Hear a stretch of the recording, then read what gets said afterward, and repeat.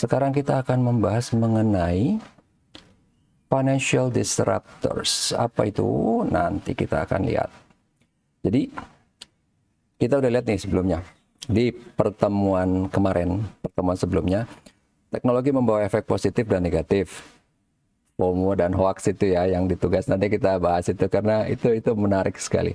Kemudian revolusi digital adalah revolusi teknologi dengan percepatan yang terus bertambah. Jadi bukan kecepatan tapi percepatannya. Jadi kalau dulu tiap setahun prosesor itu nambah canggih, sekarang tiap 3 bulan, kemudian tiap 1,5 bulan. Jadi makin cepat keluarnya. Maksudnya itu. Nah, kemudian yang terakhir, konsumen menuntut pengalaman dan inspirasi dari produk yang ditawarkan. Jadi bukan cuma masalah teknologi, bukan cuma fitur.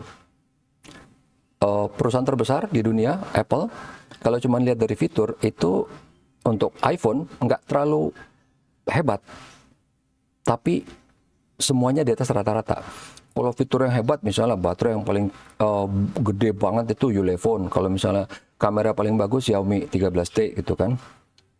Nah, itu dia maksudnya. Sekarang kita bahas ini yang kemarin masalah FOMO sama hoax. Kalau hoax sih nggak masalah, kita semua udah tahu. Paling tinggal gimana nanganinya, dan rata-rata kalian semua sudah doing a very good job gitu ya. Udah tahu, oh kita nggak terlalu mudah dimakan dengan hoax gitu ya. Nah, tapi yang FOMO ini ada yang asik ini. Jadi kalau FOMO, terutama yang ada yang kocak sih, yang masalah gantungan kunci Labubu gitu ya. Kan ada gitu ya, ngomong ada beberapa gitu. Terus saya bilang, ya jangankan itu, sampai sekarang nih istri sama anak gua masih nyari-nyari gantungan kunci. Jadi terus terang ya, saya tadinya nggak ngerti Labubu apaan. Saya pikir mungkin ini mereka sok-sok kan cute untuk bilang labu, whatever. Makanya saya selalu ngomong labu-labu. Itu selalu dibenerin sama anak saya, bukan, itu Labubu. Ya saya makin digituin makin semangat dong bilangnya labu-labu terus. Akhirnya begitu saya tahu dari kalian, oh itu beneran tuh ada. Oke, tapi that's cute gitu ya. Nah, itu nggak apa-apa, nggak masalah sih. Nah, terus kalau untuk ya apa konser musik atau apa itu biasa gitu ya. Atau misalnya yang waduh yang foto-foto di luar negeri gitu kan.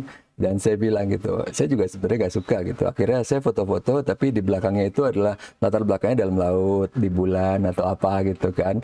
Jadi apa kalau mau flexing jangan tanggung gitu kan.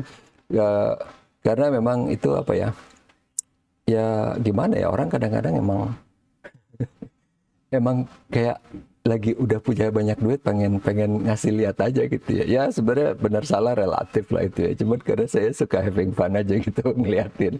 Nah, kemudian kalau yang ini, yang olahraga, oh sama itu kan. Saya juga sempat ngebales ada salah satu dari kalian tugasnya. Jadi, waduh olahraga begini. Terus saya bilang kan, sama gue juga. Cuman gila apa, gue super gembrot gini nggak mungkin lah bisa lari. Sementara teman-teman gue posting, lari 4 kilo, lari 10 kilo, sampai ikutan apa sih, 10K run by Bank Mandiri, by apa gitu kan. Ya udah, ternyata, nanti kita akan lihat di pelajaran ini juga ada di terakhir ya. Itu ada alasannya loh mereka kayak gitu. Buat nurunin premi asuransi. Kok bisa? Nanti lihat, tenang aja. Nah, terakhir nih ngebahas tugas kalian tentang ini yang asik. Kabur aja dulu gitu. Jadi, itu bisa dibilang FOMO, tapi bisa dibilang enggak. Karena kalau FOMO kan berarti semua orang pengen walaupun nggak semua orang bisa, tapi kalau dipaksain bisa gitu. Misalnya minjam duit lah gitu kan, kalau mau nonton konser sebenarnya bisa kan, jual motor kayak jual rumah kayak whatever gitu kan, kalau misalnya pengen. Nah, kalau si kabur aja dulu ini untuk orang-orang yang dia frustrasi karena dia capable, dia kompeten, tapi dia nggak bisa dapat kerjaan di dalam negeri. Karena apa? Ya kita nggak usah ngomongin kita deh, kita ngomongin yang benar-benar udah rektor ITB yang udah pinter banget dong ya kan. tapi nggak bisa jadi menteri. Karena apa? Yang jadi menteri orang partai semua. Kan sebel dong kalau kalian coba bayangin. Kalian kayak gitu. Kalian udah jadi profesor, udah pinter banget. Udah tesisnya berceceran di mana-mana. Anak-anak didiknya semua udah pada jadi doktor, udah jadi apa gitu kan. Kan sebel kan? Ini yang di atas yang jadi menteri badut semua gitu kan sebel. Jadi mendingan gue keluar negeri misalnya kayak gitu kan. Itu kalau ngomongin yang orang gede gitu. Nah kalau ngomongin yang anak-anak muda kan sampai di apa ya, dikritik atau mungkin dinyinyirin, udah gak usah pulang aja gitu kan. Lah emang dia pergi gara-gara kenapa bos gitu kan. Nah ini kalau misalnya untuk yang ikut-ikutan, iya benar itu FOMO. Tapi kalau untuk orang yang kayak tadi yang dia nggak ada pilihan, itu mungkin terpaksa gitu jadinya ya. Karena misalnya, oh dia bisa aja cari kerja dalam negeri, bisa misalnya. Tapi kalau nggak ada, nah kalau untuk yang rektor itu profesor ITB mungkin bisa lah ya.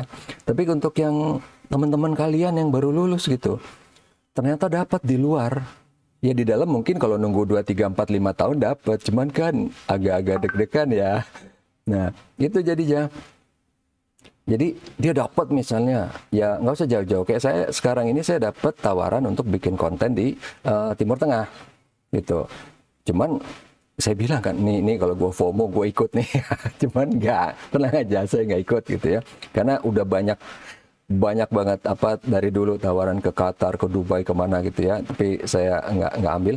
Nah ini yang menarik sih sebenarnya. Karena memang nggak salah itu kabur aja dulu. Memang ada faktor FOMO-nya. Cuman yang menarik itu adalah respon-respon orang-orang maupun pemerintah kan, karena itu kocak banget. Oke, nah lanjut kita sekarang sebentar ya, karena terus terang tadi saya masih WA dengan orang IBS.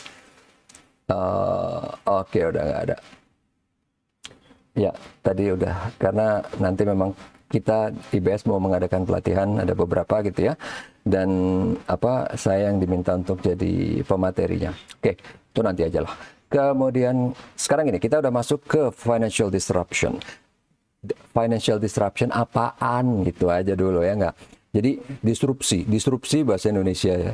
Jadi maksudnya tuh kayak dia menggemparkan. Nah itu dia bahasanya yang bagus ya. Dia bisa menggemparkan dan merubah tatanan, bukan cuma menggemparkan ya. Kalau mau menggemparkan doang sih, kalau kita telanjang ke Jalan Sudirman gempar, cuman kan nggak asik gitu, nggak ngaruh gede gitu. Cuman habis itu ditangkap udah selesai, digebukin mungkin di polisi kan, ngapain lo bugil-bugil, mending bagus gitu badannya kan. Nah kalau ini dia berhasil merubah tatanan yang ada gitu, itu namanya disrupsi. Nah, disrupsi ini di bidang keuangan. Yang ngelakuin pasti bukan bank. Orang bank di situ udah jadi raja gitu kan. Yang ngelakuin yang lain. Siapa tuh? Nanti kita lihat. Sekarang kita lihat dulu di sini.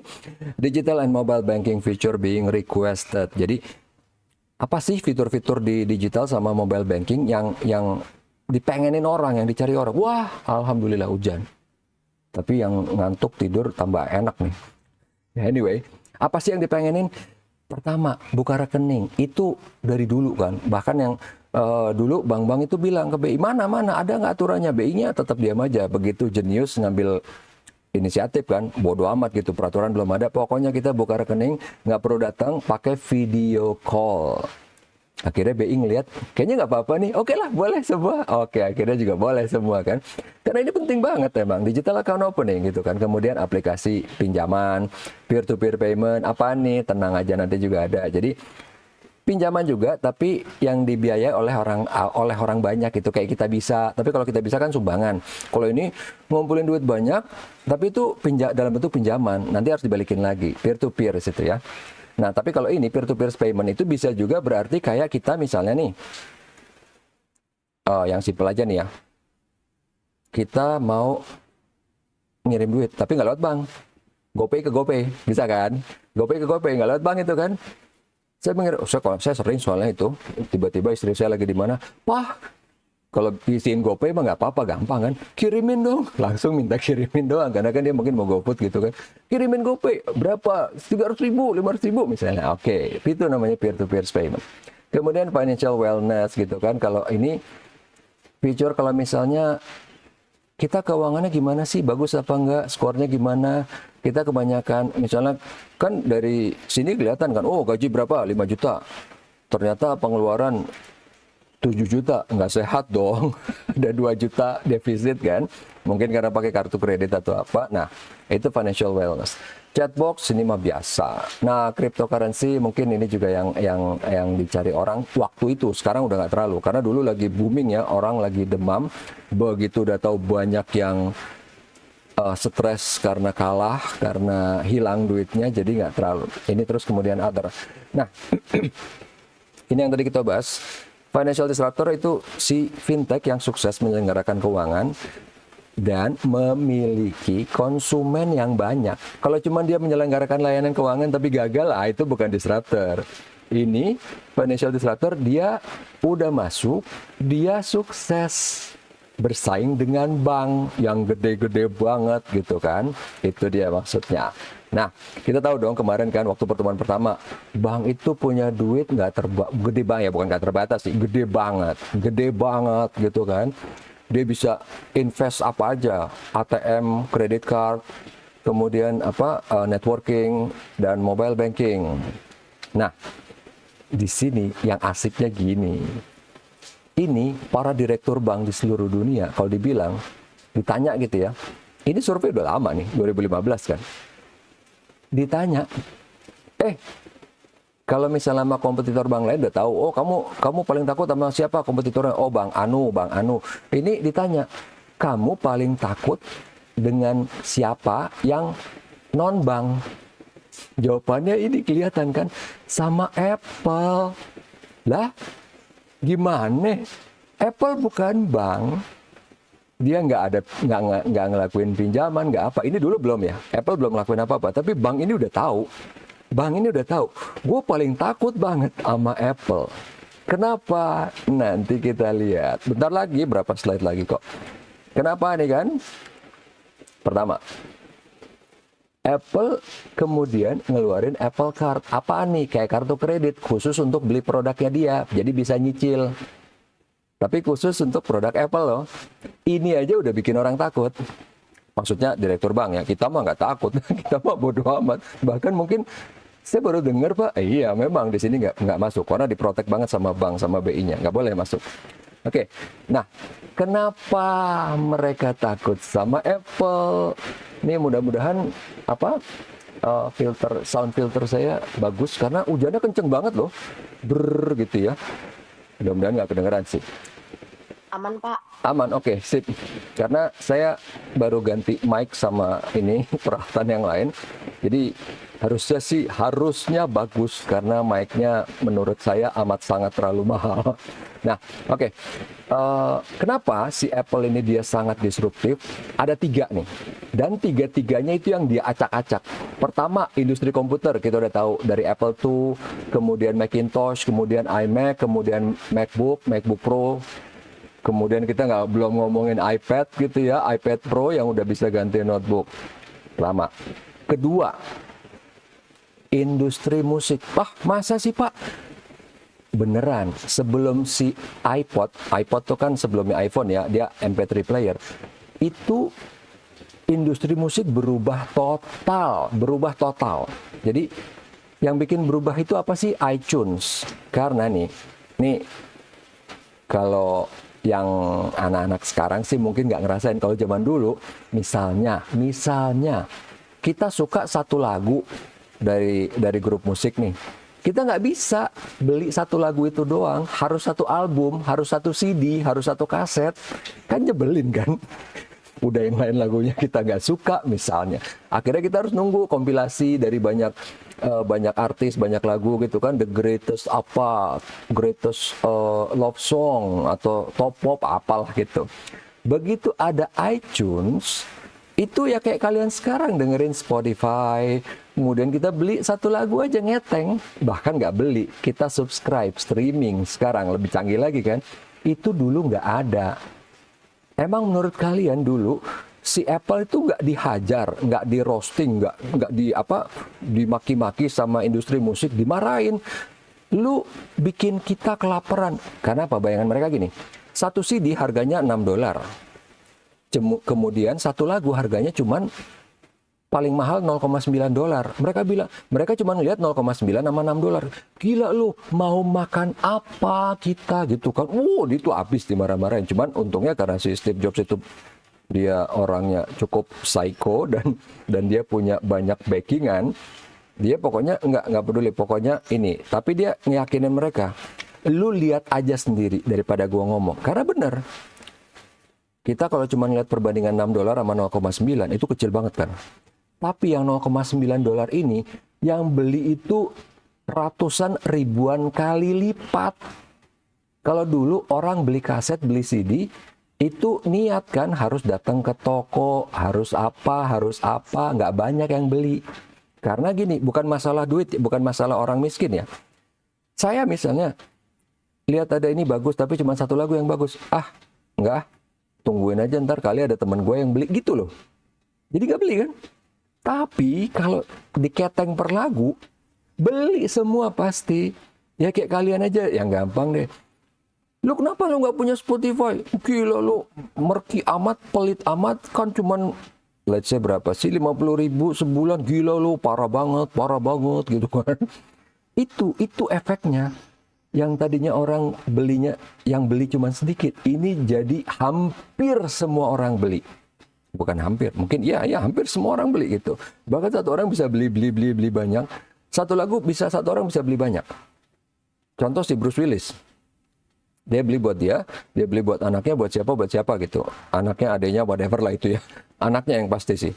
Karena itu pernah ada wawancaranya. Itu dia. Itu. Dan itu merombak industri musik jadi kayak sekarang. Jadi muncul yang namanya itu Spotify. Yang ketiga, ini yang lebih menarik karena ini ceritanya panjang sekali. Dia merombak industri musik, film, merombak industri film animasi. Pixar, gini yang gampang. Animasi tadinya rajanya siapa? Disney, gitu kan? Kemudian, kalau pengen tahu, Disney itu gede banget. Jadi gedenya itu gede banget sebelum ada Apple ya. Gede banget, super gede. Bayangin, dia bisa ngalahin Disney. Oke, kita lihat. Komputer dulu.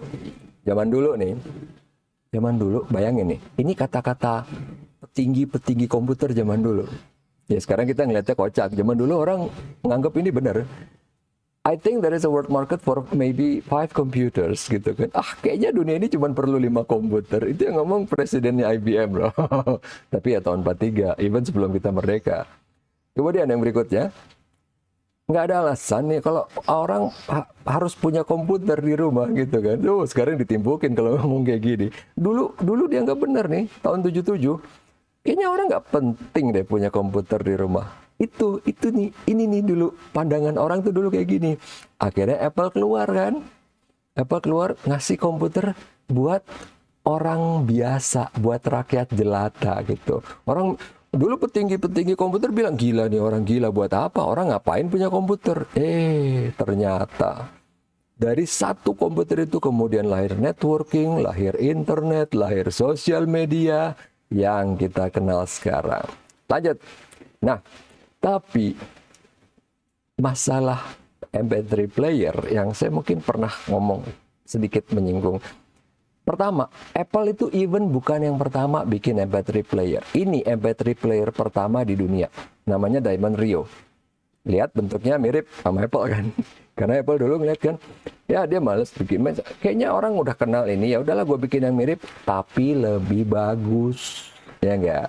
Ya kan kalau suruh milih antara ini sama iPod, orang pasti bagusan iPod nih apaan? Karena ini masih bentuknya itu dia disamain dengan Walkman. Zaman dulu ya masih pakai kaset karena orang masih terbiasa dengan Walkman. Bentuknya dibikin sama dengan Walkman. Oke. Nah, ini lagi yang bikin heboh. Jadi dia nggak cuma bikin heboh, si iPod itu nggak cuma bikin heboh di musik, tapi di segi iklan. Bayangin ya, zaman sebelum ini, iklan itu ngasih lihat gede-gede. Nama produknya apa, pabriknya siapa, fiturnya apa. Ini iklan di seluruh negara bagian di Amerika serentak. Iklan begini doang. siluet. Dan ini ngetop, dan ini kalau kalian ikut kuliah digital marketing atau apa, ini selalu dan akan pasti dibahas. Karena iklannya begini doang. Dia bahkan kayak nantang pakem-pakem advertisement yang ada gitu. Coba lihat men, nggak ada namanya, nggak ada produknya, nggak ada fiturnya. Paling cuman putih ini aja. Jadi orang lihat, kayaknya gue pernah lihat nih apaan ya. Oh temen gue bilang nih, ini iPod nih. Apaan iPod? Jadi malah guerrilla marketing kan. Jadi malah orang-orang yang memasarkan kepada orang lain kan. Apaan nih? Itu iPod tuh. Apa tuh? MP3 player yang baru tuh. Bukannya udah ada Diamond Rio? Iya nih katanya tapi lebih keren. Masa sih? Iya orang malah pengen tahu dong. Ya enggak?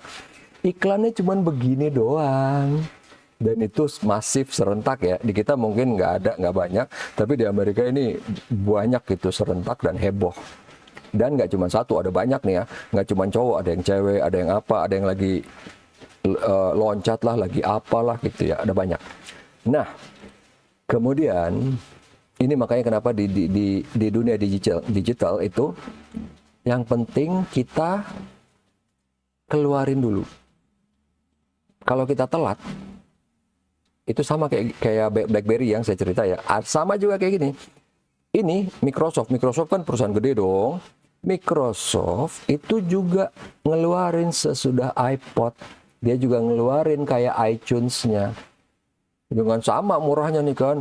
Nih kita jualin nih ada jutaan lagu nih, pokoknya harganya murah banget. Ayo cepetan beli sebelum ini ntar dianggap ilegal gitu kan. Tetap aja tapi nggak laku. Buktinya apa? Mana kalian lihat nggak ada produknya Zune? Dulu sih kita yang orang IT yang nerd itu pernah gitu beli, cuman udah mati men, sekarang udah hilang, udah nggak ada gitu. Sementara Apple udah makin gila, udah makin banyak. Walaupun iPodnya nggak ada, tapi Apple-nya makin gede. Oke? Nah, dan si iPod yang tadi saya bilang, even yang iPhone itu bukan yang tercanggih di kelasnya. iPod itu juga bukan yang tercanggih. Padahal dia MP3 player ya, untuk suara ya. Dia pun bukan yang paling bagus. Suara yang paling bagus itu yang ini, iRiver namanya. Itu yang paling jernih, paling bagus. Udah ada buktinya ini. Dan iPod juga nggak pernah bilang, suara kita bagus bang. Enggak. Dia cuma bilang, nih, player gua cool. Udah gitu doang. Itu yang ngomong kan Steve Jobs waktu pas mau launching iPod. Wow, this device is cool. Gue bisa nyimpan 1000 lagu. Udah, dia gitu doang ngomongnya.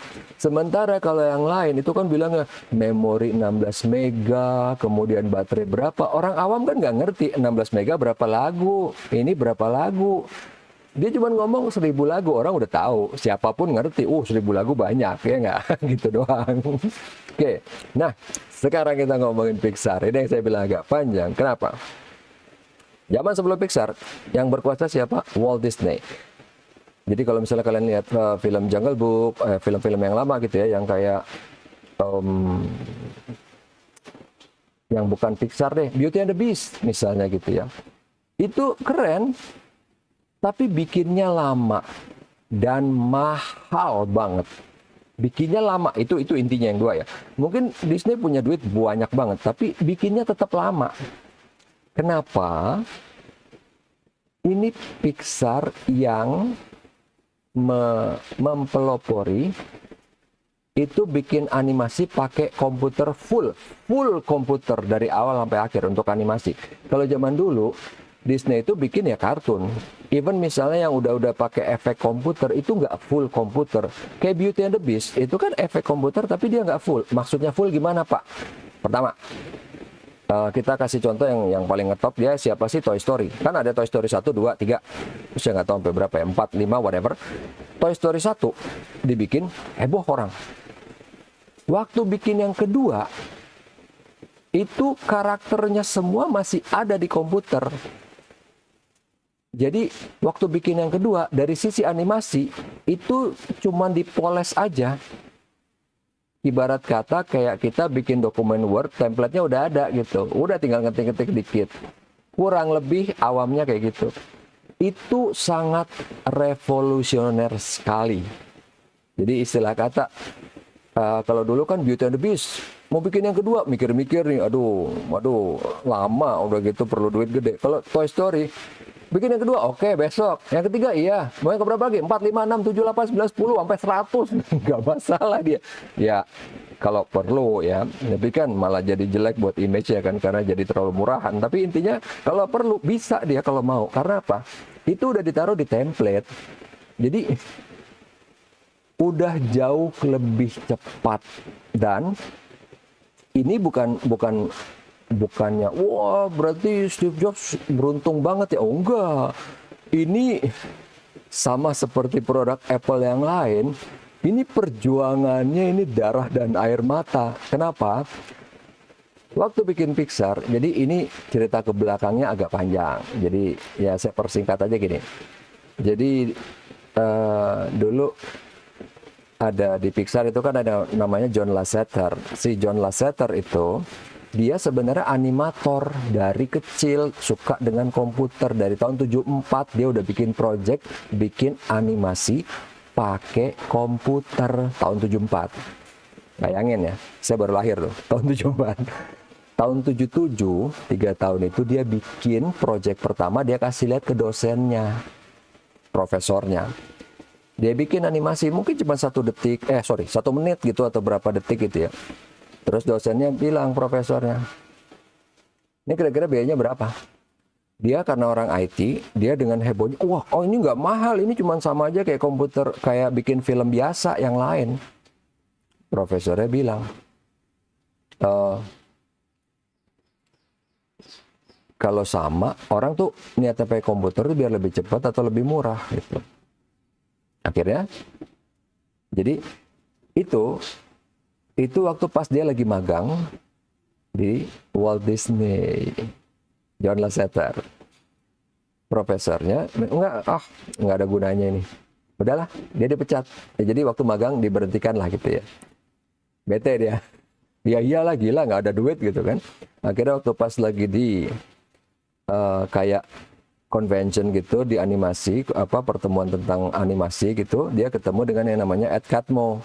Itu berdua akhirnya yang nantinya bikin Pixar. Nah, dia ketemu Ed Catmull, akhirnya oke lah, kita bikin project gitu ya. Dan akhirnya bikin perusahaan. Kebetulan pas di situ ketemu dengan siapa dong? Ketemu dengan George Lucas yang udah punya duit banyak, iyalah dari Star Wars gitu kan, udah punya duit banyak, dia bikin divisi khusus untuk special effect. Emang udah ada, tapi ini khusus special effect pakai komputer yang namanya Industrial Light and Magic. Mungkin kalian pernah dengar. Nah, Industrial Light and Magic masih ada sampai sekarang, tapi dulunya itu dari si orang-orangnya Pixar. Dia bikin, si berdua ini ya, John Lasseter sama Ed Catmull bikin perusahaan. Oke, kemudian ngelihat saya lupa tadi siapa sih sutradaranya namanya. Pokoknya itulah yang bikin Star Wars gitu ya. Nah, terus oke, dia tertarik, dikasih dana untuk bikin gitu ya. Sukses. For your info, itu dia yang bikin efek-efek itu di Star Trek ya, Genesis, episodenya Genesis itu pakai special efeknya dari mereka. Kemudian ya banyak film-film yang lain, terutama kayak filmnya Alfred Hitchcock atau apa gitu ya. Ada banyak. Tapi udah jalan. Nggak langsung mulus, nggak dong. Operation cost gede banget, nggak nutup. Dia duit datang banyak, tapi pengeluaran jauh lebih banyak karena komputer canggih zaman dulu tuh mahalnya minta ampun. Ya kalau pengen tahu sekarang coba aja beli motherboard pakai Intel i9, kemudian pakai RTX 4090, cobain aja. Casing pakai fractal design ya, gitu. Terus layar pakai 40 inci yang 8K gitu, jangan 4K. Cobain berapa harganya. Itu baru beli. Belum kalau kita ngomongin power supply pakai apa? Pakai yang platinum dong. Platinum yang berapa watt? Yang 1000 watt dong, gila. Nah, udah belinya udah gempor mahal. 1000 watt emang kira-kira berapa watt listriknya tiap bulan ya enggak? Itu dia maksudnya. Menggap-menggap, nggak bisa. Akhirnya dilepas tuh sama si sutradara Star Wars ini. Gue lupa siapa namanya. Pokoknya kacamata gitu lah, yang jenggotnya ada hitam-hitamnya. Tadi paling gue inget ya namanya. Sudahlah, biar aja, nggak penting. Nah, udah. Karena dari tadi gue kepikirannya Stephen King. Paling nggak mungkin, bukan Stephen King. Stephen King itu kan horor. Nah, George Lucas. Nah, itu dia George Lucas. Si George Lucas ini akhirnya ngelepas. Karena apa? Gue nggak sanggup biayain. Di saat yang sama, Steve Jobs baru dipecat dari Apple. Bayangin dong, dia yang mendirikan Apple, dia dipecat. Padahal dia yang ngerekrut CEO dari Pepsi, dibajak masuk ke Apple, John Sculley, untuk mimpin Apple. Akhirnya malah mecat dia. Gila, stres dong, dipecat dari perusahaannya sendiri. Dia akhirnya ngelihat Pixar. Dan tadinya namanya belum Pixar. Ngelihat Pixar. Wah, kayaknya asik nih. Oke lah, gue danain $5 juta pakai duit dia sendiri. Jalan, udah bagus, udah bikin animasi pendek. Terus animasinya, kalau kalian tahu yang namanya yang lampu itu yang jadi maskot, itu dia bikin pertama, namanya Luxo Junior, itu nominasi Oscar. Dan di sejarah itu pertama kalinya animasi dan animasi pendek ini dinominasi untuk Oscar. Steve Jobs lihat kan, wah kayaknya serius nih. Dia invest lagi $5 juta lagi, 10 juta. Tapi tetap dong, biaya operasional tinggi banget. Nggak nutup. Dia udah menang, udah dapat berhasil dapat tender untuk nyuplai imaging proses ke rumah sakit, kemana. Tetap aja tapi nggak nutup. Pusing, udah mau bangkrut. Ya Steve Jobs duitnya juga kan masih dikit saat itu kan. Udah mau bangkrut, akhirnya dia desperate, dia ke Walt Disney. Di Walt Disney karena udah tahu nih orang desperate, oh boleh deh, ya udah coba lo bikin kontrak 3 film $25 juta. For your info, itu harga murah banget. $25 juta 3 film. Oke. Ya namanya orang desperate, diambil lah sama Steve Jobs. Bikin Toy Story pertama. Emang langsung berhasil? Kagak. Logika aja. Ini orang-orang IT disuruh bikin film. Ceritanya jelek, plotnya jelek, semuanya jelek. Dimaki-maki sama Disney. Stres dong. Akhirnya dibagusin banget sampai, kalau kalian lihat semua film Pixar, semua itu ceritanya nggak kayak Walt Disney. Walt Disney itu ceritanya kan cemen-cemen kan. Princess lah, apalah, semuanya happy ending atau apalah. Pixar itu berat semua ceritanya. Dan ini cerita itu pengalaman pribadinya yang di IT ini, yang orang-orang Pixar ini sendiri. Ya karena apa? Mereka waktu itu desperate, udah dimaki-maki sama Walt Disney.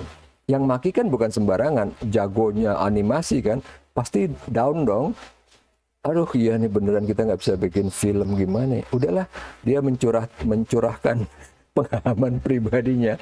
Toy Story itu cerita tentang pengalaman si John Lasseter atau Ed Catmull ya, yang anaknya punya mainan gitu, yang dia senang banget sama mainannya, kayak gitu aja.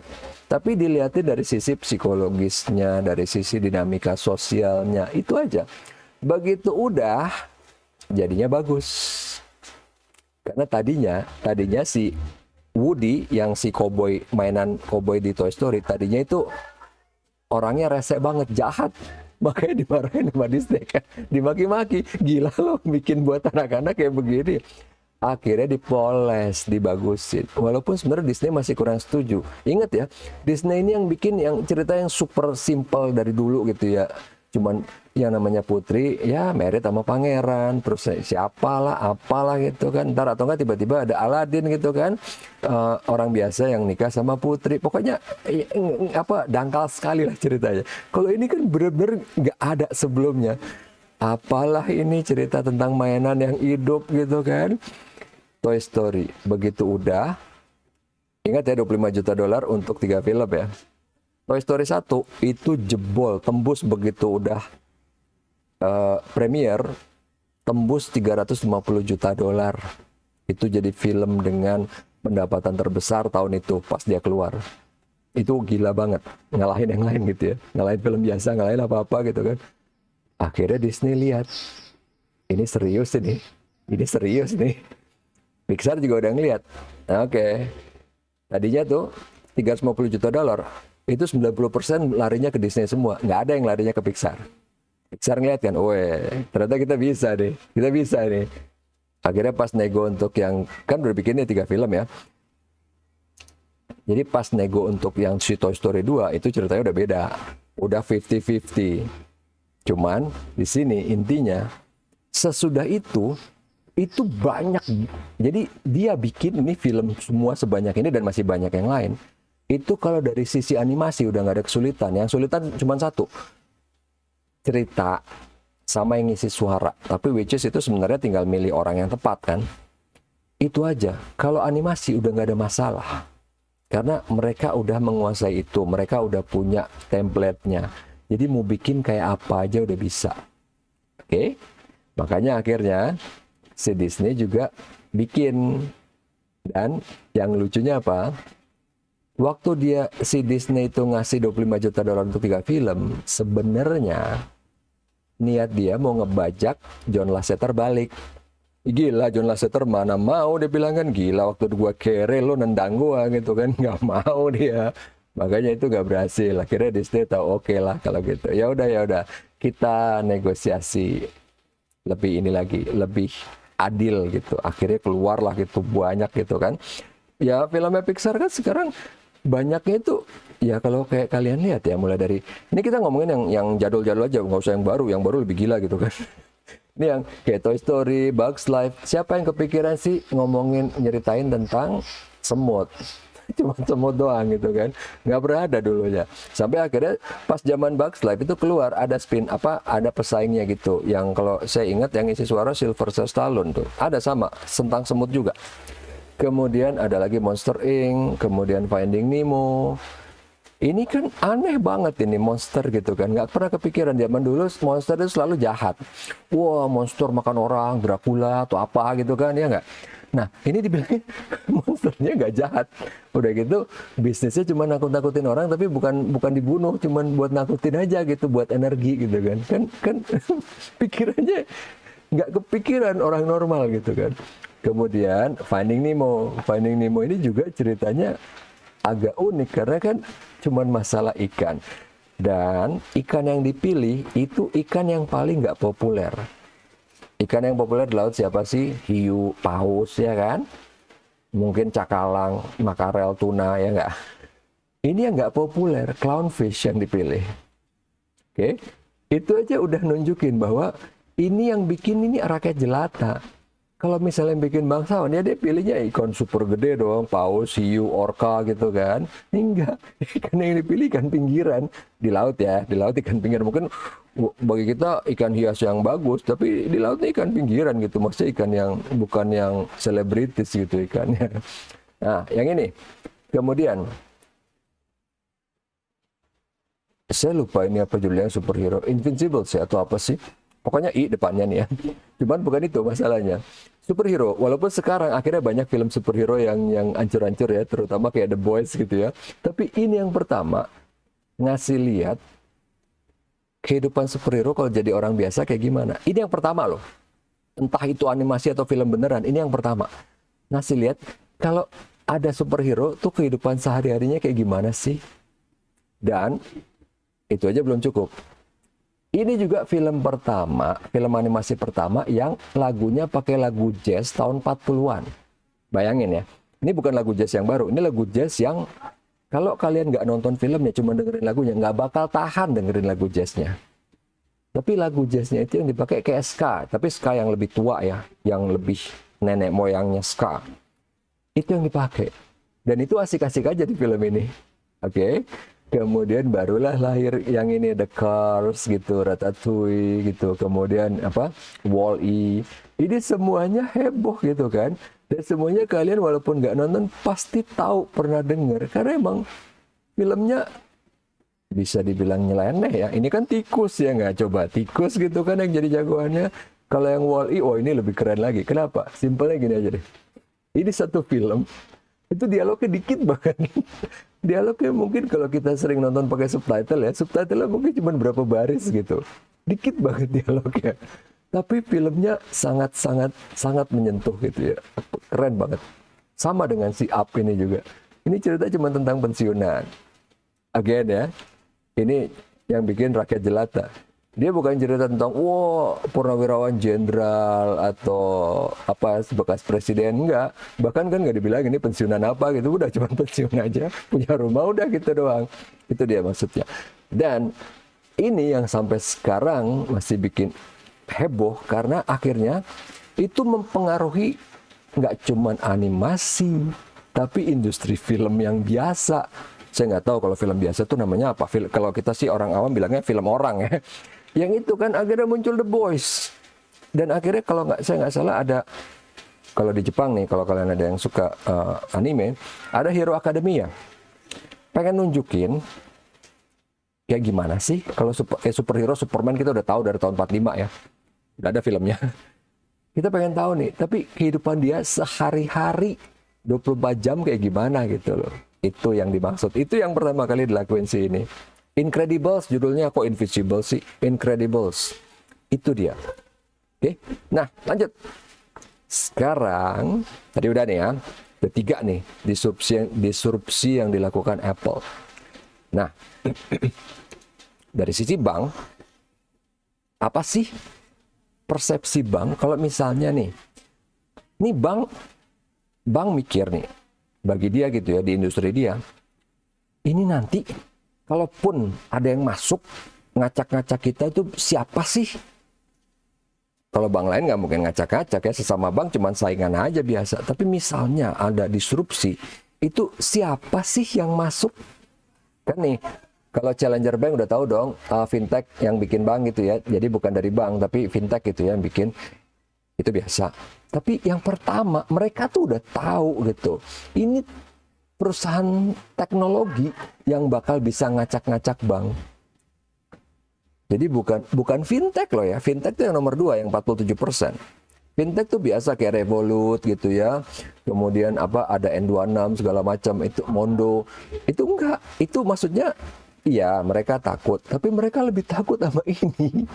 Sama Google, sama Apple, sama Microsoft. Walaupun Microsoft sekarang shiftingnya udah beda, dia udah lebih ke arah corporate gitu ya. Dia nggak terlalu mikirin ke retail kayak gini.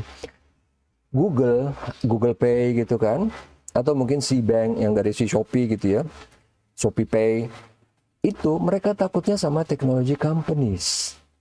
Oke, ini faktanya dulu. Mereka takut sama itu. Kemudian, nah, si financial disruptors ini, mereka masuk ke kategori mana sih? Yang paling gampang pertama di bidang pembayaran. Ini kalau pengen tahu lebih detail ada tuh mata kuliahnya. Saya juga ngajar tuh tentang financial gateway. Financial gateway ya, gerbang pembayaran. Karena emang masuknya dari situ. Yang kedua, pembiayaan. Yang tadi saya bilang ada peer-to-peer lending gitu kan. Nanti kita bahas, tenang aja. Pembiayaan dan manajemen keuangan. Ketiga, investasi. Keempat, neobank yang tadi itu ya. Nanti kita, tadi saya sempat singgung, ada Revolut, ada Mondo, ada N26. Nanti kita bahas juga. Neobank, kemudian asuransi kesehatan. Ingat tadi ya, kalau lihat orang-orang suka posting lagi olahraga, suka lari maraton, itu bukan cuma pamer, tapi dia mau menurunkan premi asuransi kesehatannya. Oke, nanti ada, tenang aja. Nanti kita bahas kalau masih bingung. Masalah kok bisa lari nurunin premi, nanti kita lihat. Pertama, untuk yang payment, pembayaran ya, payment itu udah banyak banget. Ada PayPal, Circle, TransferWise, Skrill, Alipay, Square, sama Stripe. Pak, saya tahu PayPal. Mungkin orang lebih sering nyebutnya PayPal gitu ya. Sebenarnya PayPal ya. PayPal. Tapi itu biasa. Itu even dari tahun 90-an sejak saya belanja di eBay itu, saya udah pakai PayPal. Dan orang tahu walaupun belum banyak ya pakai. Sekarang pun nggak terlalu banyak karena mikirnya ngapain? Gue ngapain belanja di eBay, di Alibaba, di Tokopedia, di Lazada, di Shopee udah ada gitu kan? Ngapain? Ya nggak? Tapi ada satu di sini. Siapa tuh? Square. Apaan Pak? Saya nggak pernah dengar. Pasti pernah. Enggak, beneran Pak, nggak pernah dengar. Tiap lu ke kafe, sadar nggak sadar, coba liatin. mesin EDC-nya atau mesin point of sales-nya, walaupun nggak ada tulisan Square, cari logo ini, logo kotak nih. Kadang-kadang kita suka silap suka kelewat karena logonya kotak doang. Itu banyak banget. Kenapa saya tahu? Karena saya sering ke kafe. Tadinya kan nggak mikir ya. Karena waktu itu pernah lihat videonya di YouTube banyak gitu. Saya bilang ini di luar negeri doang, di Australia, di mana Kanada gitu kan. Pas kapan lagi ngafe gitu, lagi bareng sama teman saya itu yang sutradara itu si Agung. Lagi ketawa-ketawa gitu kan, lagi gila-gilaan. Saya ngeliat kotak ini nih. Wait a minute. Ini Square, tapi tadinya ya udahlah, ngobrol lagi sama si Agung gitu kan. Begitu saya mau bayar, akhirnya kalau saya nggak salah sih waktu itu yang bayar dia. Cuman pasti lihat kan, gua bentar lo. Pas lihat anjrit ini beneran Square, berarti udah ada. Di situ baru pertama yakin, baru pertama ngeh ya. Sejak itu begitu ke kafe, ke mall, kemana, saya tuh merhatiin kayak orang gila gitu. Merhatiin tiap pos, tiap point of sale, ngeliatin. Ya, ini Square juga. Terus kemudian ngeliatin kemana yang lain ke kafe, ini Square juga gitu kan. Banyak gitu ya. Tapi maksudnya bukan kayak di Kopi Kenangan, Janji Jiwa gitu, bukan. Tapi kayak di jurnal gitu loh. Nah, itu itu pakai Square gitu. Makanya saya bingung kan. Ternyata di kita udah banyak gitu. Si Square ya, ini banyak. Ini sama ini, kalau yang lain belum terlalu. Tapi TransferWise ini juga. Masa sih Pak, saya nggak pernah pakai. Cobain kalau kalian punya teman yang kerja di luar negeri ya, atau kalian sendiri yang kerja di luar negeri kayak tadi ya, kabur aja dulu. Cepat atau lambat kalian akan pakai TransferWise. Kenapa? Karena si TransferWise ini, dia rate-nya paling bagus. Kita kan selama ini nggak pernah mikirin rate rupiah ke dolar, rupiah ke misalnya ke ke euro atau kemana gitu kan, kita nggak pernah mikirin. Tapi kalau kalian lihat itu rate-nya jelek biasanya dikasih sama bank. Rate itu ngaruh ya, kalian kalau cuma transfer $1 ya nggak ngaruh lah. Kalian transfer $7.000, $1.000, walaupun $1.000 relatif bisa dibilang kecil ya, karena $1.000 beli iPhone atau Samsung Galaxy aja nggak dapat gitu kan. Ya yang 1 tera ya. Itu $1.000 transfer sebulan. Kalau di transfer tiap bulan berasa itu. Makanya orang pakai TransferWise. Atau kalau kalian pernah dengar yang namanya Flip. Kalau Flip itu agak baru ya, tapi kalau Flip itu rate-nya tetap masih kurang cepat update-nya. Masih bagusan sih TransferWise. Ini yang paling pertama banget. Karena apa? Dia rate yang dipakai, kalian nggak perlu nanya ke dia. Tinggal lihat di Google Finance ya. Tinggal rate IDR ke USD berapa, itu rate yang dipakai. Dan itu mainnya detik. Even bukan detik sih. Benar-benar mainannya saat kita lakuin transaksi, itu yang diambil. Bisa naik, bisa turun ya. Apalagi pas kemarin si Google lagi geblek gitu ya, tiba-tiba dong $1 $8.000 kan. Cuma rasanya apa? Itu bukan hoax, itu beneran. Tapi yang nyebelinnya kita nih di grup saya di grup anak-anak FE itu udah semua langsung buka mobile banking mau beli kan, nggak bisa dong, rese kan, nggak bisa beli. Jadi ada unsur hoaxnya juga sih, walaupun sebenarnya bukan hoax, maksudnya itu beneran dari Google, bukan dari siapa-siapa. Cuman ya kita nggak bisa beli ya, bisa dibilang Google yang bikin hoaxnya, itu rese kan. Gitulah ceritanya. Masalah hoax tadi itu ya, si Google itu dia sendiri yang bikin hoax untuk dia sendiri gitu kan. Beda kan kalau misalnya hoax yang murni itu kan orang bilang, lihat nih rate-nya di Google $1 $1.000, padahal enggak. Kita lihat di Google enggak, ternyata 16.000. Berarti itu hoax murni. Kalau ini hoax juga, tapi Google sendiri yang bikin, kan bego kan. Google sendiri yang bikin, bukan orang lain. Dia yang bikin, udah gitu berapa jam gitu loh. Come on man gitu. Saya kerja di perusahaan IT yang jauh lebih kecil dari Google, tapi kita bakal digantung habis-habisan kalau misalnya itu terjadi misalnya sampai sejam aja. For your info, jadi kalau misalnya kita ada server down gitu sampai sejam, itu panjang ceritanya. Bukan cuma masalah terminate, itu bisa ngesu, bisa nuntut, bisa lari ke pengadilan itu. Ya, kita ngomongin server bukan server cuman server Plex di rumah gitu atau server buat di film, enggak. Ini server misalnya buat anjungan lepas pantai, buat apa yang emang misalnya kritikal. Begitu misalnya kita udah bilang, oh ini nggak bakal down. Kalaupun down itu ada redundancy-nya, nggak bakal deh pokoknya. Ternyata down, itu masih toleransi. Minimal misalnya 15 menit, setengah jam. Begitu udah lebih, nggak bisa. Gue bayar mahal, lu tetep down. Nah udah gue tuntut. Nih kerugian gue segini, kena panjang urusan. Tapi Google nggak. Tadi saya pikir kan, asik, rame. Nggak ada yang nuntut, nggak asik. Udahlah gitu.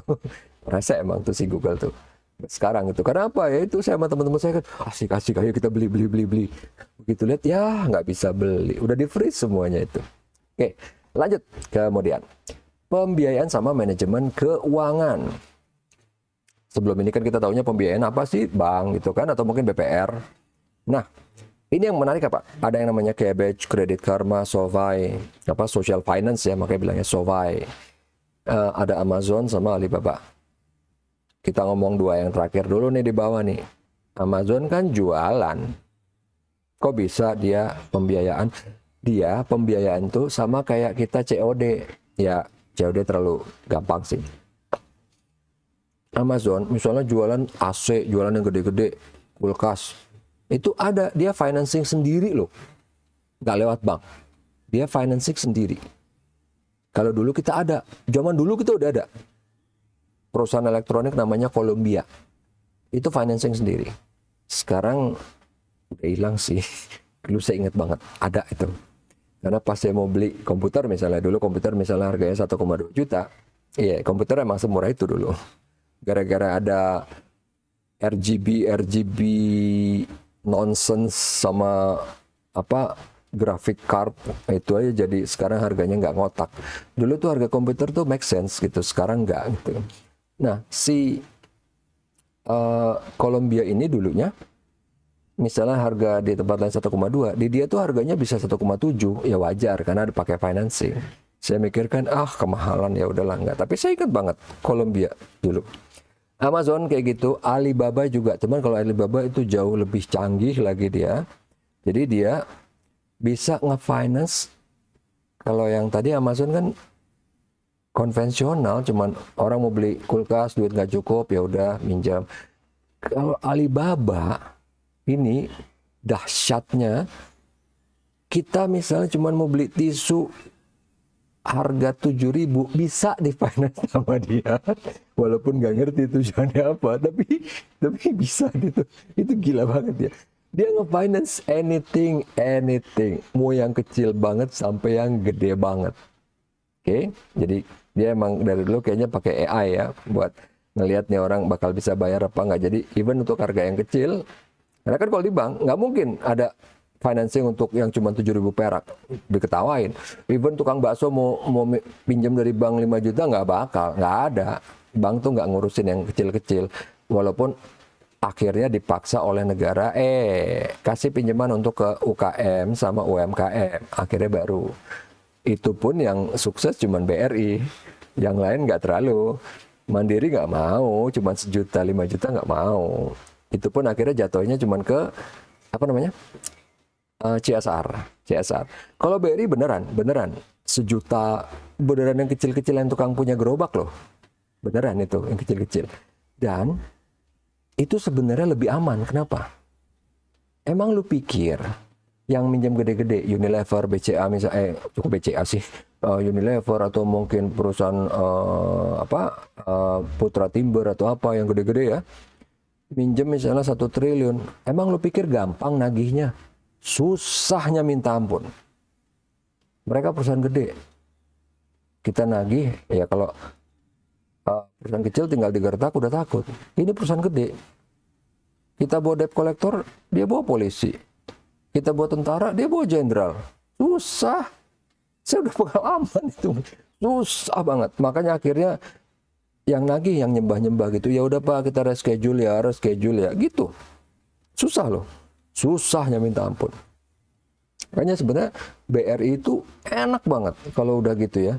Karena yang minjem tukang bakso, minjem 2 juta, itu nggak usah panggil siapa-siapa. Misalnya dia telat, panggil Pak RT, kelar urusan. nggak ada drama. Itu enaknya. Dan lagi zamannya waktu Krismon, wah yang lain kan teriak-teriak dong, semua yang namanya Unilever, yang namanya PNG atau apa kan, aduh, ini apa, dolar ke rupiah, bla bla bla bla, reschedule. Ya yang BRI mah ketawa-ketawa aja. Dia ngasih pinjamnya ke tukang bakso, tidak terlalu terefek dengan Krismon, bisnisnya masih lancar, kecuali pas COVID ya. COVID mah semua gila itu. Semua bisnis masih lancar.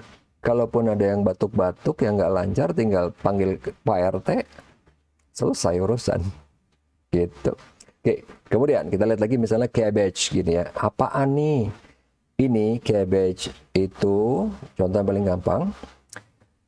Dia ngasih pinjaman, tapi kan kalau kita kayak ke bank, kalau misalnya nih kalian nanti ya mau bikin usaha minjam ke bank, itu susahnya minta ampun, banyak banget persyaratannya. Kalau di cabbage itu dia pakai AI. Saya nggak bisa ngomongin detail karena ini masih banyak. Karena sebenarnya menarik sih. Tapi intinya dia pakai AI supaya dia bisa tahu nih, ini orang yang orang yang mau minjem kira-kira bakal balikin duitnya apa enggak. Balikin kalau di bank itu ngelihat bakal balikin duitnya itu kan lihat dari bisnis proposalnya. Padahal itu cuma setengah dari cerita. Bisa jadi visibility study-nya bagus, tapi orangnya bangsat gitu loh, orangnya busuk. Bisnisnya bakal keren, ini bakal keren, tapi orangnya busuk. Tetap aja dibawa lari kan, ya enggak, tetap dibawa lari. Bisnisnya keren, super keren banget, mungkin bisa menang jutaan, hadiah Nobel lah segala macam gitu kan, keren. Tapi kan orangnya busuk, tetap aja dibawa lari. Di cabbage itu, pertama dia ngelihat financial statement, dia nggak ngelihat rencana bisnis, dia cuma ngelihat historical data. Ini orang gimana, sering kehabisan duit apa enggak. Pertama, yang kedua. Dia ngelihat, dia tinggal bilang gini, coba dong kamu bikin esai berapa paragraf, kenapa saya harus ngasih pinjaman ke kamu. Udah gitu aja. Nanti esai kata-kata itu dianalisa oleh AI untuk menunjukkan orang ini seperti apa pemikirannya. Kira-kira ke depannya dia punya niat baik untuk bayar apa enggak. Nggak peduli bisnisnya mau laku apa enggak. Yang tadi saya bilang kan, bisnis bisa aja laku, tapi dia nggak mau bayar. Iya enggak?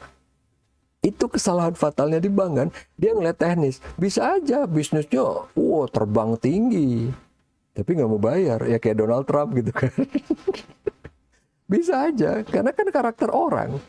Bisnis sih bener bisnis. Nah, kalau di sini dia lebih ngelihat ke orangnya di cabbage ya.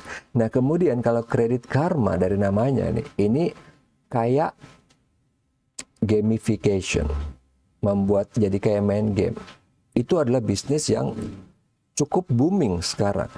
Karena orang sering stres kan dengan kerjaan, dengan apa. Jadi itu dibuat jadi kayak main game. Contoh gini. Kan kalian tahu yang namanya credit scoring. Jadi itu dibuat kayak achievement di aplikasi kita di Credit Karma. Kita misalnya punya install aplikasinya di mobile banking gitu ya, di handphone. Tiap misalnya, kita bayar tagihan tepat waktu, itu dapat poin tuh. Jadi naik nih skornya. Terus misalnya kita telat, itu turun skornya. Nanti di akhir periode, akhir bulan, akhir tahun, nanti dia bilang nih, skor kamu segini, kira-kira kredit skor kamu di bank atau di BI kira-kira berapa? Karena kan kalau kita mau minjem duit di bank itu akan bikin kredit scoring buat kita, tapi kita nggak dikasih tahu berapa. Kita cuman misalnya kredit skor bagus, kita dikasih pinjaman, kalau enggak kita ditolak. Kita nggak dikasih tahu. Kredit skor kamu sekian, kamu nggak bisa minjem. Nggak dikasih tahu. Di Credit Karma ini dikasih bocorannya, di-spill kira-kira kisi-kisinya. Oke. Nah, SOFI, Social Finance itu dia kayak gabungin si Kabbage sama Kredit Karma. Jadi dia ngasih pinjaman secara sosial, orang ini akan dilihat gitu di sosial medianya. Ini orang truthful apa enggak? Ini orang bisa dipercaya apa enggak? Kegiatannya sehari-hari apa? Kalau misalnya ya simpelnya gini aja. Ini dipersimpel banget ya. Dia tiba-tiba mau minjem duit. Oh, saya mau dagang, mau memperluas toko apa-apa. Tapi di sosial medianya nggak pernah ada postingan dia jualan. Adanya cuma postingan pergi-pergi doang gitu kan. Ke Qatar, ke Dubai, ke Singapura, ke mana? Ke Brazil, ke Argentina. Walah, bingung dong. Kapan lo jualan? Ya kan nggak ada sama sekali. Kurang lebih misalnya kayak gitu. Oke. Jadi memanfaatkan teknologi secara maksimal, terutama yaitu sosial media. Walaupun sosial media kan banyak jeleknya, banyak bagusnya juga. Ya kasarnya, ya kalau kita ngomongin sosmed sih ya, itu kayak pisau. Mau dilarang orang nggak ada yang bisa masak, ya kan? Simpelnya gitu aja. Walaupun memang pisau ini banyak menimbulkan pembunuhan, misalnya kan, orang jadi bisa nusuk-nusuk orang, bisa ngapain ya, motong kepala, apalah gitu ya. Tapi kalau mau dilarang, jadi nggak ada yang bisa masak gitu kan. Ya sosial media banyak jeleknya. Ya mungkin kalian udah pernah dengar, atau mungkin bahkan kalian tahu yang apa di angkatan kalian atau mungkin yang di bawah itu banyak yang udah kayak retro gitu ya, yang pengen balik disconnect gitu ya dari network, dari dunia nyata. Kok dunia nyata sih? Dari apa sih namanya ya?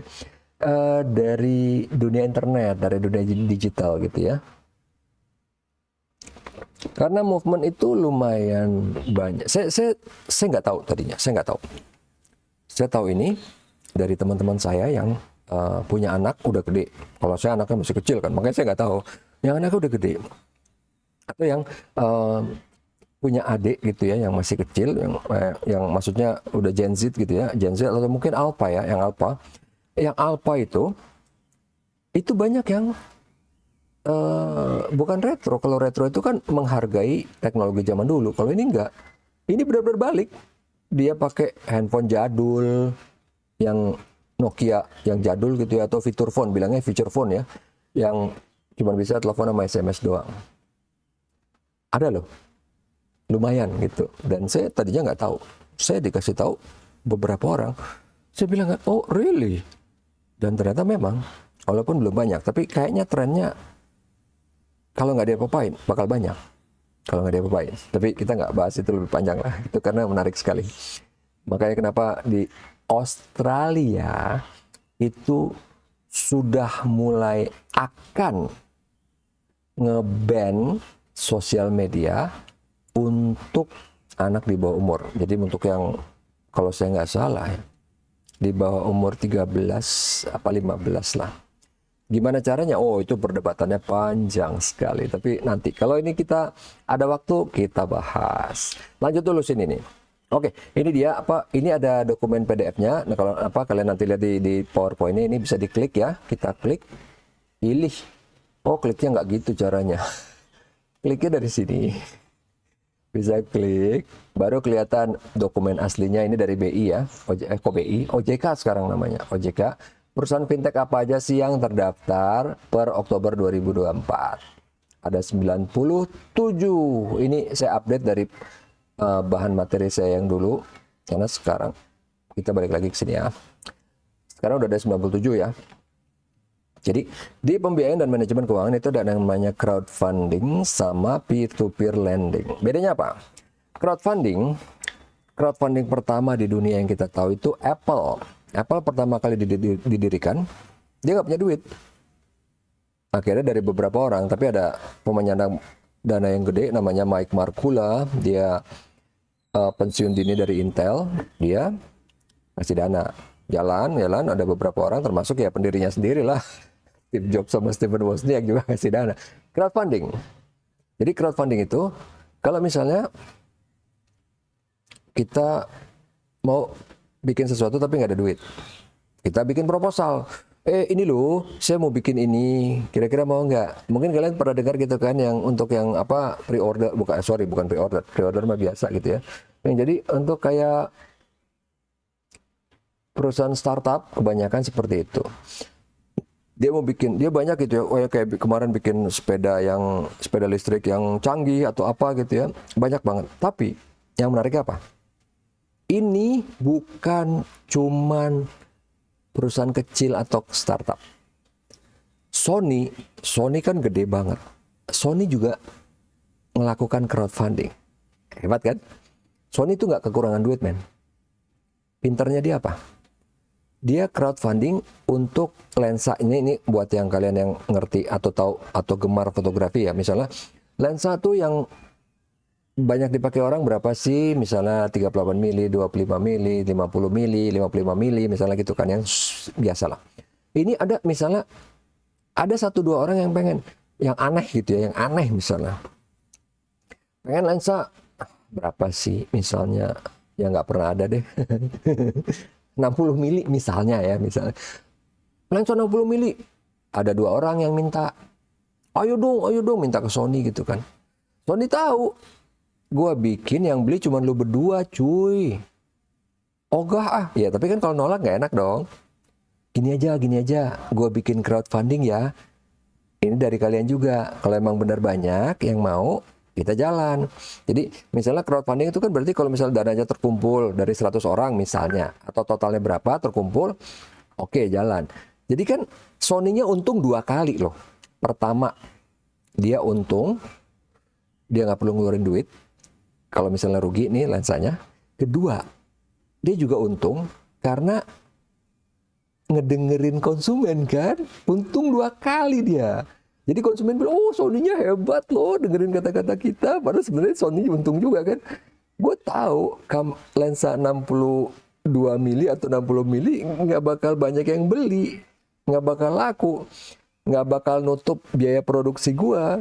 Ya tapi kalau ada duit dari kalian mah boleh gitu. Misalnya duitnya tidak mencapai target gitu kan, yang ngasih funding cuman 2 orang, ya Sony kan nggak ngerasa bersalah bilang, maaf ya, nggak tercapai ini crowdfundingnya, maaf ya gitu. Yang minta juga nggak marah gitu kan. Oh iya sih, cuma 2 orang yang minta gitu.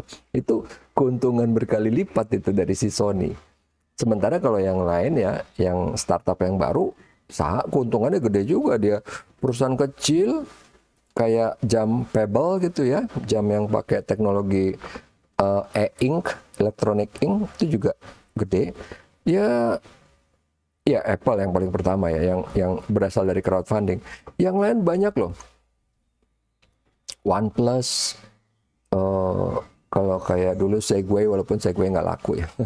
Oke, lanjutlah kita. Si crowdfunding bedanya apa sama peer-to-peer lending? Jadi kalau peer-to-peer tuh gini, kalau crowdfunding itu kan ngasih dana. Jadi bisa ngasih dana untuk nantinya misalnya, oh mau ada apa namanya, jam kayak Apple gitu ya, kayak Apple Watch misalnya, jam kayak Apple Watch tapi murah misalnya. Jadi kita yang ngedana ini, kita kayak pre-order supaya mereka punya duit buat jalan nih, buat berproduksi. Nantinya kita dapat nih edisi pertama si jam itu juga termasuk crowdfunding. Jadi kita istilahnya beli tapi ngasih duit duluan. Karena buat supaya dia bisa berproduksi, sama kayak tadi si Sony itu kan. Atau kayak Apple. Kita ngasih duit tapi kita dapat porsi saham di perusahaan itu. Yang kalian tahu itu kan ada beritanya rame di internet. Jadi zaman dulu sebelum Apple itu ngetop, itu pendirinya sebenarnya ada 3. Mike Markula belum masuk ya. Pendirinya ada si Steve Jobs, Stephen Wozniak, sama satu lagi. Saya lupa siapa namanya. Dia di tengah jalan, waktu itu kan katakanlah mereka bertiga crowdfunding nih, patungan gitu kan. Anggaplah yang simpel aja ya, yang simpel. Total $300 nih. Karena emang kecil dulu, ya come on man, ini perusahaan ecek-ecek banget gitu dulu. Cuma $300, masing-masing 100, simpelnya gitu aja. Terus dia, aduh kayaknya nggak bakal sukses nih Apple nih. $100-nya itu dia jual lagi, dibeli sama si Steve Jobs sama Stephen Wozniak. $100 yang dulu itu waktu dihitung itu sekarang itu jadinya berapa miliar dolar apa berapa ratus juta dolar gitu. Itu ada itu videonya di YouTube, di internet juga banyak gitu kan. Makanya dia tuh sampai diwawancarain, walaupun kasihan juga ya, kayaknya kejam sih kalau diwawancarain. Orang kan gak ada yang tahu masa depan ya. Tapi kan sampai kayak di panas-panasin gitu. Lu tahu nggak sih, lu tuh nggak kayak ngebuang duit berapa miliar dolar gitu. Ya kan orang jadi sedih kan, masih aduh ya bener juga. Cuman kan gak ada yang tahu masa depan. Karena itu berapa kali dia diwawancarain gitu kan. Ya orang kan gak ada yang tahu masa depan, ya mau gimana gitu ya. Crowdfunding. Kalau peer-to-peer lending itu gimana? Jadi gini. Kalau tadi kan buat ngebiayain, namanya juga funding. Lending itu cuman ngasih pinjeman. Harus dibalikin dalam bentuk duit. Kalau tadi funding enggak kan? Balikin, tanda kutip ya, balikinnya dalam bentuk barang atau dalam bentuk kepemilikan saham. Kalau lending enggak, bener-bener pinjaman. Tapi bukan dari bank. Jadi sama kayak kitabisa.com, tapi dalam bentuk pinjaman harus dibalikin duitnya. Emang ini banyak Pak? Kalian tahu nggak? Yang orang kaya yang punya duit berceceran tuh banyak. Dia tinggal ngeliat, ini gue bisa alihin kemana nih. Jadi dia tuh bukan sok baik, enggak. Kayak Mike Markula itu, dia bukan sok baik ke Apple. Dia tahu ini bakal jadi gede. Karena dia main di industri itu. Mike Markula itu kan main di Intel kan. Prosesor, yang bikin prosesor. Dia ngeliat Apple. Walaupun dulu nggak ada kantor, masih di garasi, dia ngelihat ini potensinya. Sama kayak lending itu.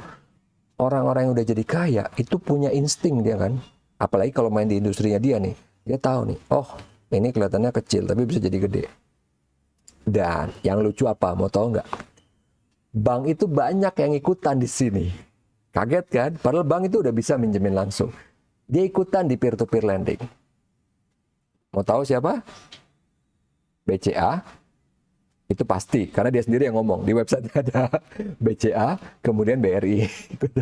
Kalau BRI wajar, nggak masalah, karena BRI juga ngasih pinjaman ke tukang bakso gitu kan, wajar, dia main peer-to-peer lending nggak ada masalah, tapi BCA ini kebetulan karena kalian kerja ya, kalau pengen tahu, coba deh apply kartu kredit BCA, bisa nggak? Coba aja, kalian misalnya, seneng nih baru dapat kartu kredit dari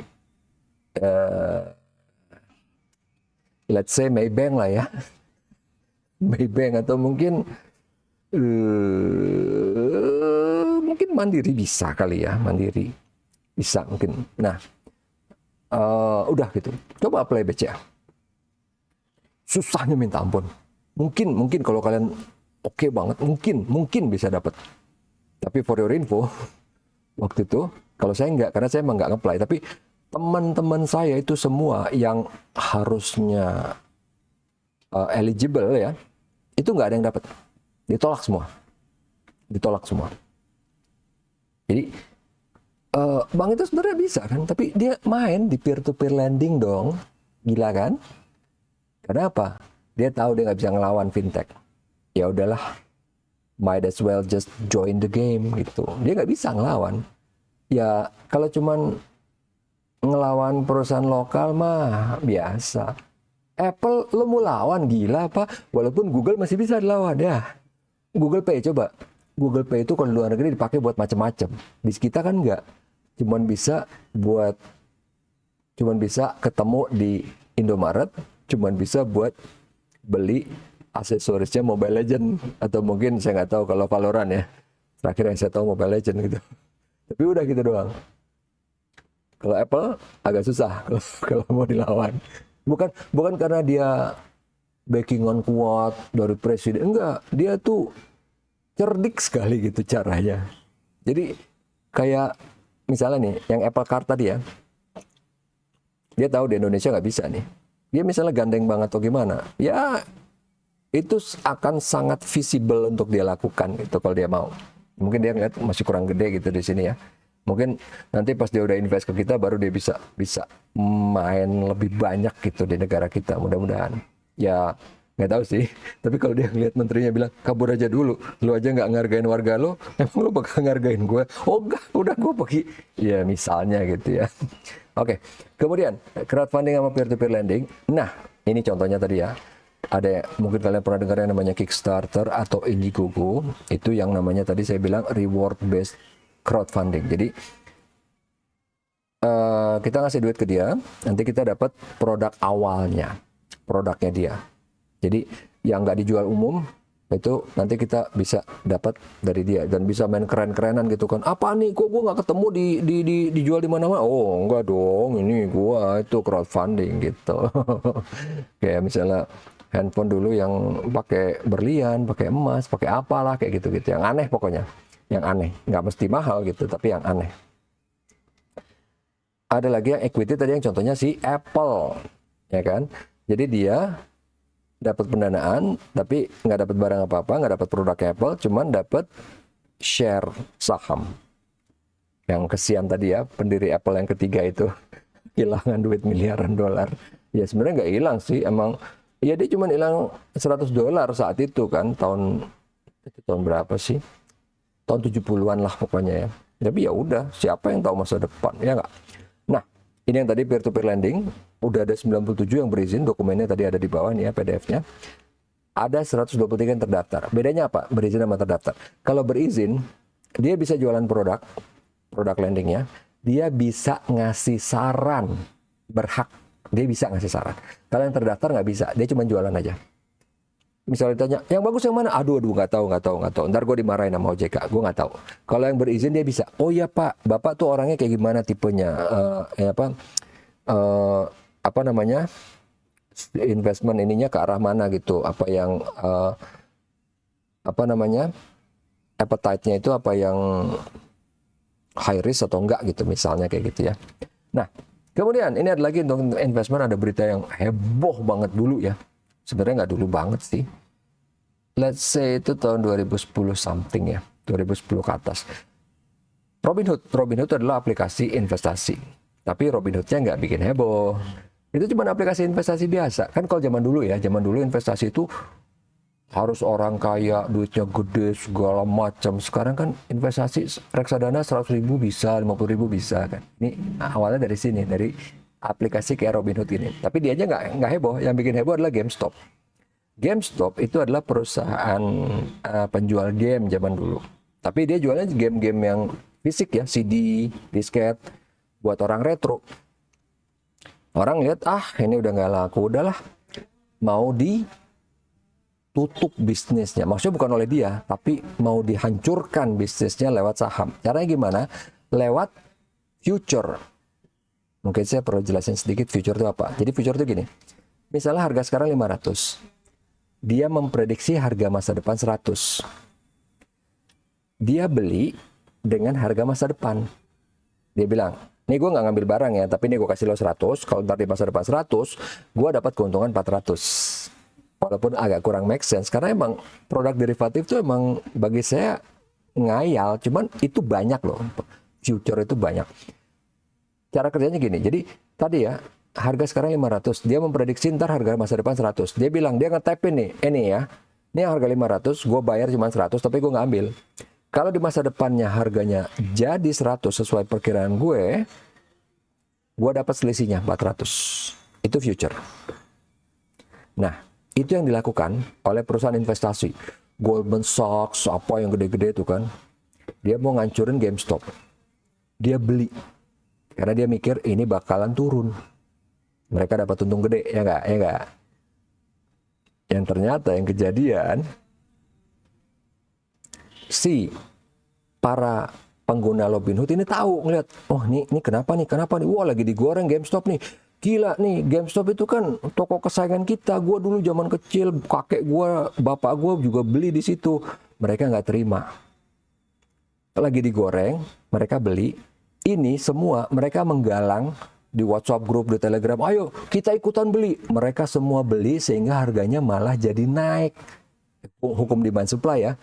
kalau barang banyak orang yang nyari jadi naik kan, terutama kayak misalnya lagi mau mudik, tiket bus kan naik kan, atau ntar mau lebaran kan. Ini makin banyak yang nyari sehingga harga di masa depan bukan 100 men, tapi 1.500. Sehingga akhirnya ini perusahaan investasi rugi. Karena gini, yang lain dia beli sahamnya GameStop karena emang dia sayang dengan tokonya kan, si GameStop-nya. Jadi dia nggak bakal lepas. Sementara si investor kan dia cuma buat beli jual. Akhirnya dia terpaksa dia ngelepas, rugi gede-gedean. Cuman ya itulah namanya regulator ngelihat, wah langsung di stop supaya perusahaan investasinya nggak bangkrut, nggak kolaps. Wah ini ada kejadian yang nggak wajar, akhirnya sahamnya di freeze. Tapi di situ dunia melihat bahwa orang kecil bisa melawan corporate dan menang. Intinya sih itu. Intinya itu. Jangan lupakan itu. Jadi misalnya ada yang ayo kabur aja dulu, itu mungkin bisa dibilang bentuk perlawanan. Kenapa? Kita mau nabokin menteri nggak bisa men, bisa di penjara, ditembak gitu kan. Pengen banget gitu kan. Tapi nggak bisa, mau gimana gitu kan. Kerjanya malah masih bagusan sampah gitu kan. Sampah bisa didaur ulang. Mereka nggak bisa gitu. Nah itu dia. Tadi di sini intinya adalah sending a message bahwa yang di atas yang berkuasa jangan terlalu rese gitu. Sooner or later, somewhere, somehow kita bisa fight back. Itu dulu yang sejak awal-awal internet itu yang kita selalu omongin ke orang, ke user gitu. Bahwa internet itu adalah demokratisasi everything, information, semua yang positif maupun yang negatif. Orang jadi bisa akses. Ya Kak? Kalau dulu kan, wah yang bisa akses berita yang bagus ya cuman yang langganan Tempo, Kompas, yang orang pinggiran kan bacanya Pos Kota gitu kan. Sekarang nggak bisa di mana aja. Oke, itu dia. Nah, ini kemudian Neobank yang tadi saya bilang KM, Revolut, Metro, Tanda, Monzo, Atom, N26. Yang paling gede sampai sekarang adalah ini ya, Atom sama N26. Karena N26 ini di backing oleh Bank Stancar. Nanti kalian lihat trendnya kan, ujung-ujungnya si bank ini ikutan main dong di fintech, ya enggak? Itu dia maksudnya, keren kan? Nah, ini yang terakhir deh, asuransi kesehatan. Jadi mereka bisa ngelihat gimana caranya nih supaya lebih menarik. Kita bikin kayak gamification. Kita bikin kalau kalian misalnya lari 4 kilo selama sebulan misalnya ya, saya nggak ngerti, saya soalnya nggak lari ya. 4 bulan sebulan atau mungkin seminggu whatever gitu, ntar premi kalian turun. Itu yang terjadi di Oscar, di Zenefit, itu yang terjadi. Makanya kalau kalian lihat, saya sebel tuh melihat orang-orang, tenang aja, saya juga sebel banget kan. Ya bukan apa-apa, kalau saya bukan sebel sih, karena saya mikirnya kan anjrit gue nggak bisa, gue kan gendut. Ya mereka kan yang badannya keker sehat gitu kan. Nah, ternyata ada motivasi lain dari sini karena preminya itu bisa diturunkan begitu melihat misalnya orangnya sehat. Karena kan emang logis saja dong. Ya dia sehat berarti kemungkinan sakitnya kecil. Kalau kemungkinan sakitnya kecil, preminya boleh dong di-adjust. Ya enggak? Itu dia maksudnya. Kenapa? Karena kelihatan. Jadi bukan bacot ya. Maksudnya bukan si perusahaan asuransi ini dapat cuman nanya, lu udah lari belum? Udah enggak. Dia ngelihat langsung dari device fit application-nya yang orang pakai gitu kan. Yang kayak di jam atau di HP kayak HP iPhone kan udah ada ininya kan. Detektor untuk langkah atau apanya. Even kayaknya handphone saya yang Poco juga ada deh. Bisa gitu. Bisa tinggal itu dikoneksikan dengan si perusahaan asuransi. Mereka ngelihat secara real time. Jadi nggak perlu ngomong-ngomong lagi, tinggal lari aja, nggak perlu laporan. Ntar si Oscar sama Zenefit udah ngeliat, wes gila lu hari ini lari 60 kilo. Ya misalnya, saya nggak tahu sih lari berapa kilo sih normalnya. Gila lari 3.000 kilo. Wah jangan diturunin preminya nih, mati bentar lagi nih orang nih. Gila, yang nggak mungkin sih 3.000 kilo apaan coba, ya nggak? Oke, nah Tapi itu semua juga masih tetap ada aturannya dari OJK yang namanya si InsurTech. Jadi insurance company yang berbasis fintech itu juga ada aturannya, tapi itu detailnya kita nggak bisa bahas di sini karena detailnya nanti di bagian regulasi. Oke? Nah, selain fintech, karena fintech insurance itu biasanya juga punya broker. Jadi kayak agregatornya nih. Kita tinggal lari ke dia. Dia punya ini koneksi ke banyak asuransi. Nanti dia akan bilang, oh kamu cocoknya yang ini misalnya. Kurang lebih kayak gitu simpelnya sih. Oke. Kemudian ada yang full stack. Kalau tadi kan di sini cuman agregator. Kalau ini broker. Sorry. Kemudian ada yang dia bisa dua-duanya. Dia broker, dia agregator dan agent. Namanya full stack. Kenapa gue batuk ya? Ntar lu. Tadi minum kopi sih, harusnya minum air putih kali. Oke. Ya. Ini sudah selesai. Jangan lupa kerjakan tugas sama kuis karena ini tetap seperti biasa ya. Pengaruh banget ke nilai karena ini akan dihitungin nanti otomatis. Oke. Ada yang mau bertanya? Ada yang kurang jelas? Sebentar, ini ada apa ya? Kalau saya mau lihat ada lagi nggak sih yang belum dibahas dari tugas kedua. Oh, masih ada yang ngumpulin. Oh, masih sempat tuh. Oke. Ini apa? Oh, kuliner. Hah? Sama dong. Coklat Dubai kok kayaknya emang masih. Jadi gini ya. Kan kalian tuh pasti ya sekarang misalnya udah kerja ya. Ini apa tren kayak gini. Ini sampai ngefek ke anak saya yang kelas 3 SD loh. Saya tahu pasti. Karena baru minggu kemarin ini dia merengek-rengek minta beli. Kan coklat Dubai nggak murah-murah banget ya. Dia udah beli berapa kali gitu. Saya bilang, apaan sih ini coklat biasa kok? Enggak. Ini coklat Dubai. Saya tahu lah ini kan apa sih cuma nama doang dibikin mahal gitu kan. Cuman rasanya beda-beda tipis. Beda dikit lah pokoknya gitu kan. Ini tenang aja, ini FOMO coklat Dubai ini emang ngerasa ini. Anak saya juga kena kok. Makanya saya udah bilang, ini nggak ada bedanya. Enggak, ini beda Pak, ini beda. Tapi nggak apa-apa sih. Saya cobain, rasanya lumayan enak. Walaupun saya bilang, lah, ini mah Silver Queen juga enak kok. Maksudnya nggak worth it. Tapi ya udah, nggak apa-apa. Hoaxnya apa? Oh, Kiam. Oh, ini rese ini. Oh, ternyata dia ingat. Kalau kalian tahu, mungkin kalian masih kecil ya. Ini waktu itu saya sebel banget. Saya pengen nabokin ini orang. Sangar banget ya. Bukan. Masih gini. Saya dulu nggak tahu kalau orang itu gobloknya unlimited. Saya nggak tahu. Jadi dulu ada film yang judulnya 2012. Ada deh. Tinggal cari di IMDb ya. Ada judulnya 2012. Itu menceritakan tentang 2012 kiamat. Kiamatnya apa? Ada air bah. Apalah ya, air bah atau mungkin badai es, whatever gitu ya. Udah itu biasa aja dong. Biasa aja. Pas kita lagi jalan keluar dari bioskop, dulu saya masih sering nonton bioskop ya. Sekarang udah nggak pernah, ngapain orang lebih enak nonton dari rumah. Dan nonton dari rumah itu saya nggak harus nunggu ya. Yang sebelum ada di bioskop pun saya udah bisa dapat gitu. Dengan kualitas yang digital ya, bukan yang cam. Oke, nah 2012 itu begitu saya keluar, itu ada beberapa orang cewek sama cowok yang gila, gue jadi ngeri banget nih. Kalau kita kiamat, itu pengen gue tampol tuh orang. Maksudnya, anak TK aja bisa bedain yang namanya film sama kenyataan. Lu beneran di situ baru gue sadar bahwa yang namanya idiot itu unlimited. Dulu gue pikir misalnya gitu ya, ada orang nyebrang jalan nggak ngeliat-liat itu udah bego gitu ya.